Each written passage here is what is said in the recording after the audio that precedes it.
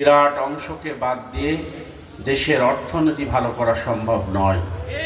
দেশের মূল অর্থনীতিতে প্রতি বছর যে প্রায় 12% অর্থ যোগান দেয় এই কৃষিজীবী মানুষরা। প্রিয় ভাইয়েরা, আমরা যে খাবারগুলো খাই সব উৎপাদন করেন আপনারা, আপনাদের খাই আর আমরা অন্যের নাম করি। আপনারা কৃষকরা বাংলাদেশের সবচেয়ে অবহেলিত একটি সমাজ। চাকরিজীবীদের বোনাস আছে, কৃষকদের কোনো বোনাস নেই। চাকরিজীবীদের ছুটি আছে, কৃষকের কোনো ছুটি নেই। চাকরিজীবীদের প্রমোশন আছে, কৃষকের কোনো প্রমোশন নেই। বাংলাদেশের কৃষকরা মুখ বুজে থাকে, নিজের ক্ষেতে চাষ করে, এই কারণে আন্দোলন সংগ্রামে যায় না, সরকারও তাদের দিকে তাকায় না।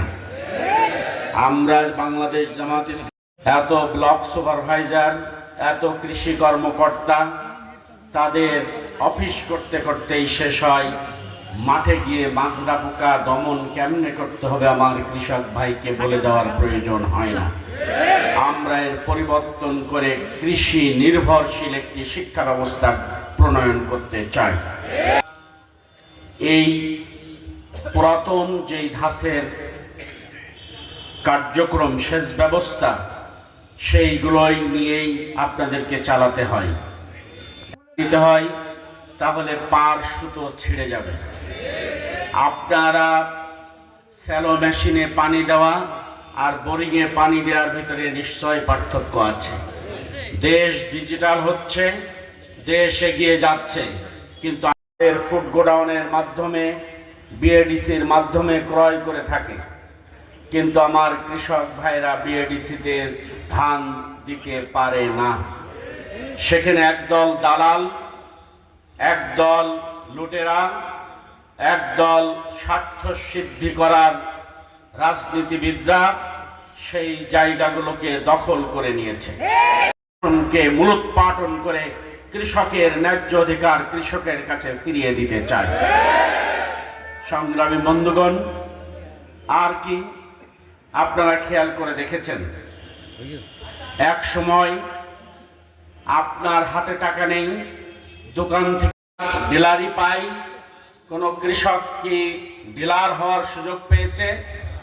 এক ধরনের ব্যবসায়িক, এক ধরনের রাজনীতিবিদ, এক ধরনের বেকার রাজনীতিবিদ তাদের সুবিধার জন্য, তাদের খাওয়ার জন্য ডিলার সিস্টেমের ব্যবস্থা করেছিল।